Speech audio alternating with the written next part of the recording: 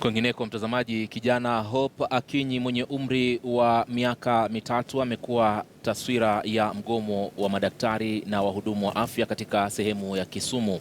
Maskini alitelekezwa na mamake nje ya lango kuu la hospitali ya wilaya ya Kisumu miezi 3 iliyopita. Rashid Ronald na taarifa hiyo. Hope Akinyi, kama walivyombandika hapa, ametelekezwa mara 2. Kwanza na wazazi wake na pili madaktari na wahudumu kufuatia mgomo ulioanza leo. Tulipowasili hapa, maskini ambaye anaugua maradhi ya kifafa alikuwa ndiye mgonjwa wa pekee katika wodi ya watoto.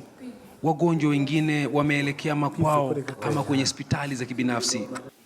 Huyu mtoto alipatikana kama ametupwa huko nyuma, wakamchukua wakamleta kwa ward.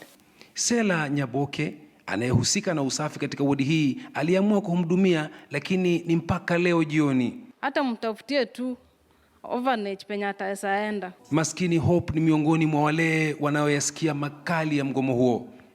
Sasa sisi tulikuwa tukiomba file zetu tupewe, tulipe bill, mtu angalie kama anaweza kuangalia mahali ingine anaenda kutibiwa.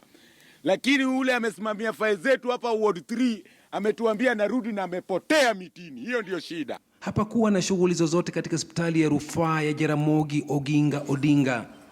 Tulizuiwa kuingia ndani ya wodi moja ya wodi katika hospitali ya wilaya ya Kisumu. Wagonjwa hawamo tena. Naarifiwa baadhi waliamua kurejea nyumbani, huku baadhi wakiamua kuzuru hospitali za kibinafsi. Ni matumaini ya wengi kwamba patakuwepo na makubaliano ili kuweza kuzuia janga linalotarajiwa kutukia katika sekta ya afya nchini. Rashid Ronald, KTN News, katika kaunti ya Kisumu.